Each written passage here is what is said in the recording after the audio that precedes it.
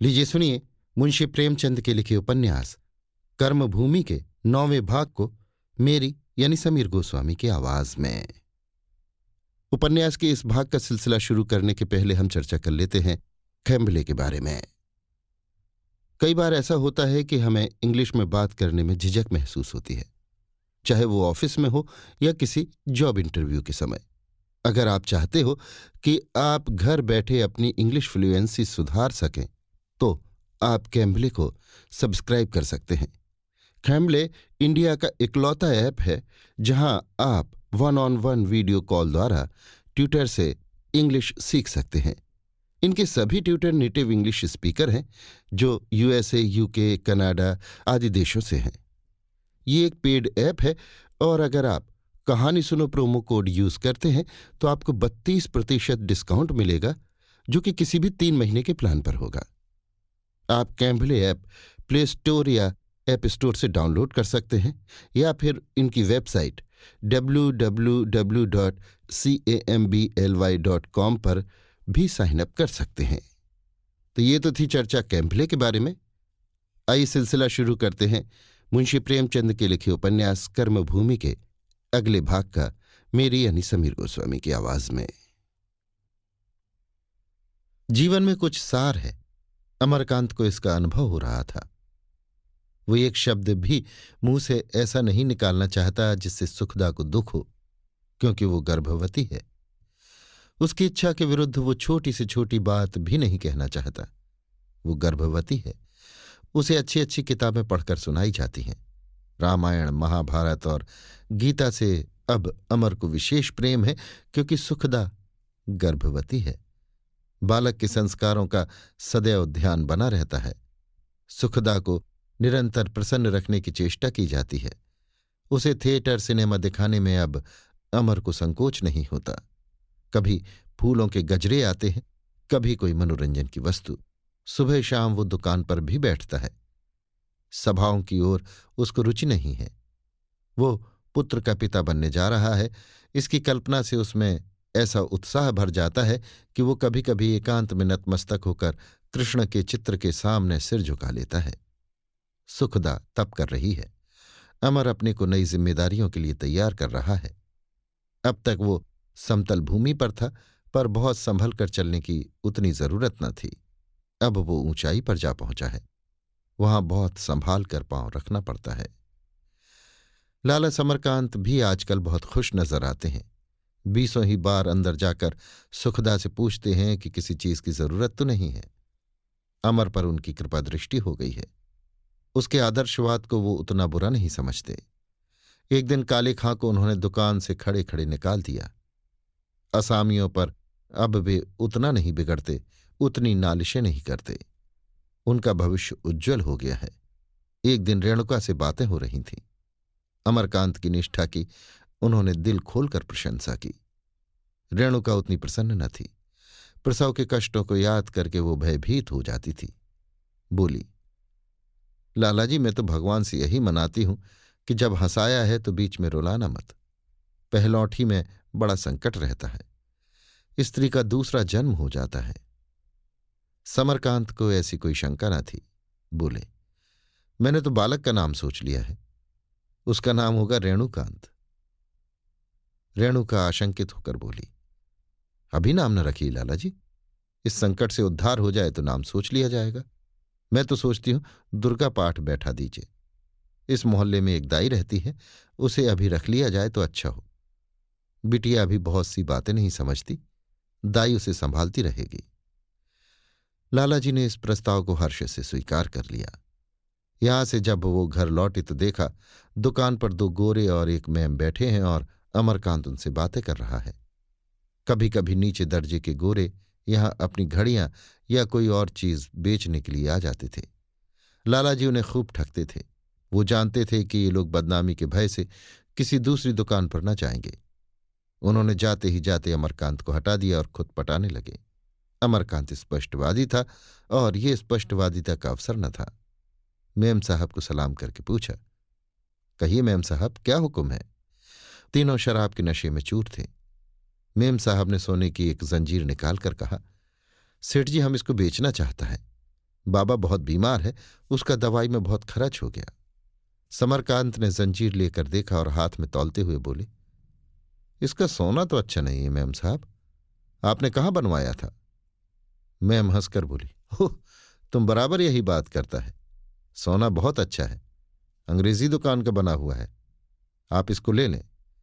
समरकांत ने अनिच्छा का भाव दिखाते हुए कहा, बड़ी बड़ी दुकानें ही तो ग्राहकों को उल्टे छुरे से मूड़ती हैं।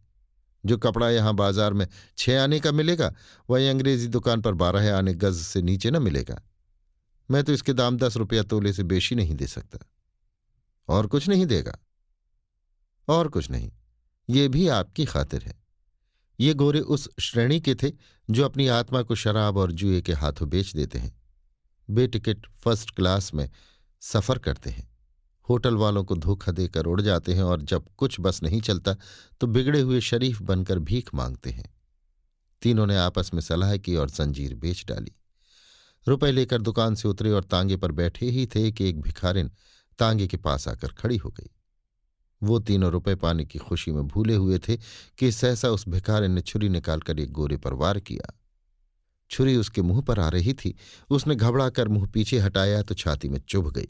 वो तो तांगे पर ही हाय हाय करने लगा। शेष दोनों गोरे तांगे से उतर पड़े और दुकान पर आकर प्राण रक्षा करना चाहते थे कि भिखारी ने दूसरे गोरे पर वार किया। छुरी उसकी पसली में पहुंच गई। दुकान पर चढ़ने न पाया था, धड़ाम से गिर पड़ा। भिखारिन लपक कर दुकान पर चढ़ गई और मेम पर झपटी के अमरकांत हाँ हाँ करके उसकी छुरी छीन लेने को बढ़ा। भिखारिन ने उसे देखकर छुरी फेंक दी और दुकान के नीचे कूदकर खड़ी हो गई। सारे बाजार में हलचल पड़ गई। एक गोरे ने कई आदमियों को मार डाला है। लाला समरकांत मार डाले गए। अमरकांत को भी चोट आई है। ऐसी दशा में किसे अपनी जान भारी थी जो वहां आता। लोग दुकान बंद करके भागने लगे। दोनों गोरे जमीन पर पड़े तड़प रहे थे। ऊपर मेहम सहमी हुई खड़ी थी और लाला समरकांत अमरकांत का हाथ पकड़कर अंदर घसीट ले जाने की चेष्टा कर रहे थे। भिखारिन भी सिर झुकाए जड़वत खड़ी थी, ऐसी भोली भाली जैसे कुछ किया ही नहीं है। वो भाग सकती थी, कोई उसका पीछा करने का साहस न करता, पर भागी नहीं। वो आत्मघात कर सकती थी। उसकी छुरी अब भी जमीन पर पड़ी हुई थी, पर उसने आत्मघात भी न किया। वो तो इस तरह खड़ी थी मानो उसे ये सारा दृश्य देखकर विस्मय हो रहा हो। सामने कई दुकानदार जमा हो गए। पुलिस के 2 जवान भी आ पहुंचे। चारों तरफ से आवाज आने लगी, यही औरत है, यही औरत है। पुलिस वालों ने उसे पकड़ लिया। एक 10 मिनट में सारा शहर और सारे अधिकारी वहां आकर जमा हो गए। सब तरफ लाल पगड़ियां दीख पड़ती थी। सिविल सर्जन ने आकर आहतों को उठवाया और अस्पताल ले चले। इधर तहकीकात होने लगी। भिखारिन ने अपना अपराध स्वीकार किया। पुलिस के सुपरिंटेंडेंट ने पूछा, तेरी इन आदमियों से कोई अदावत थी? भिखारिन ने कोई जवाब न दिया। सैकड़ों आवाजें आईं, बोलती क्यों नहीं हत्यारिनी? भिखारिन ने दृढ़ता से कहा, मैं हत्यारिनी नहीं हूं। इन साहबों को तूने नहीं मारा? हां, मैंने मारा।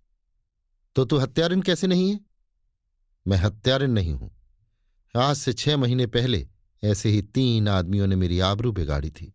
मैं फिर घर नहीं गई, किसी को अपना मुंह नहीं दिखाया। मुझे होश नहीं कि मैं कहां कहां फिरी, कैसे रही, क्या क्या किया।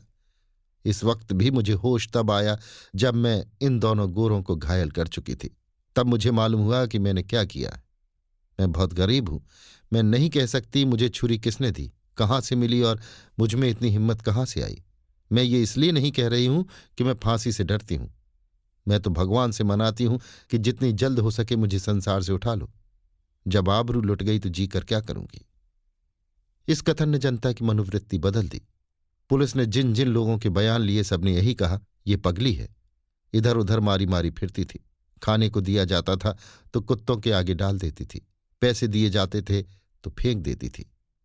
एक तांगे वाले ने कहा, ये बीच सड़क पर बैठी हुई थी, कितनी ही घंटी बजाई पर रास्ते से हटी नहीं। मजबूर होकर पटरी से तांगा निकाल लाया। एक पान वाले ने कहा, एक दिन मेरी दुकान पर आकर खड़ी हो गई। मैंने एक बीड़ा दिया, उसे जमीन पर डालकर पैरों से कुचलने लगी, फिर गाती हुई चली गई। अमरकांत का बयान भी हुआ।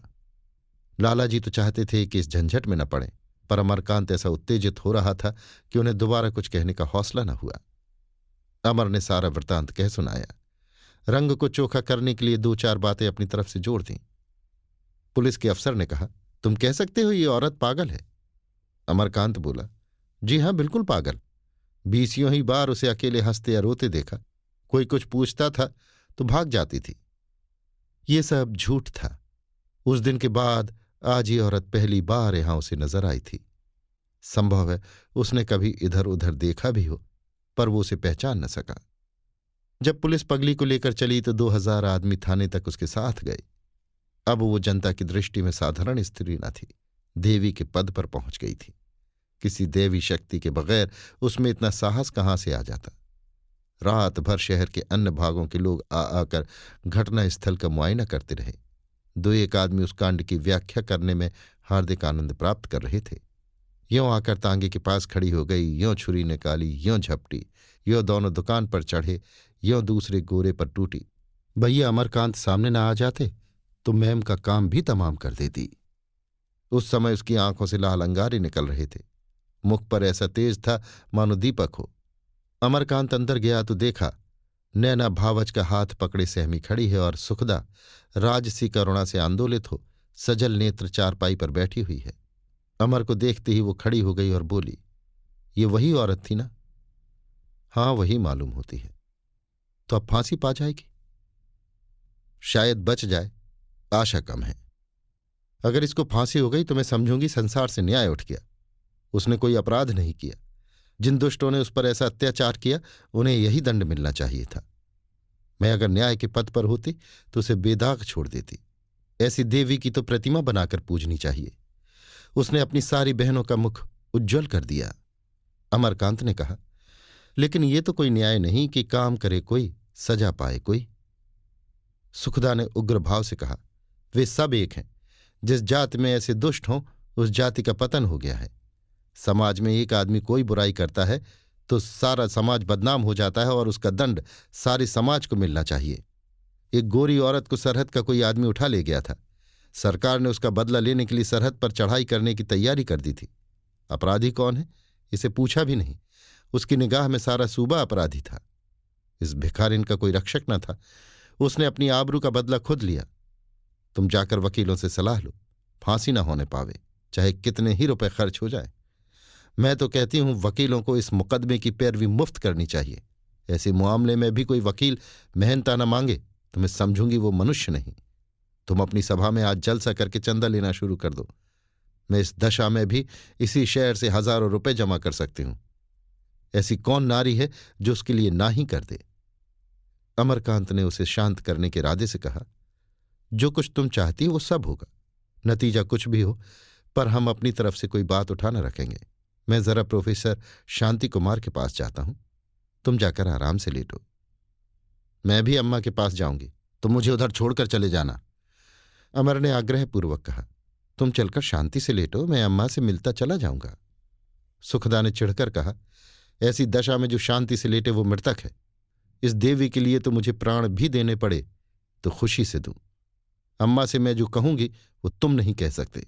नारी के लिए नारी के हृदय में जो तड़प होगी वो पुरुषों के हृदय में नहीं हो सकती। मैं अम्मा से इस मुकदमे के लिए 5000 से कम न लूंगी। मुझे उनका धन न चाहिए। चंदा मिले तो वाह वाह, नहीं तो उन्हें खुद निकल आना चाहिए। तांगा बुलवा लो।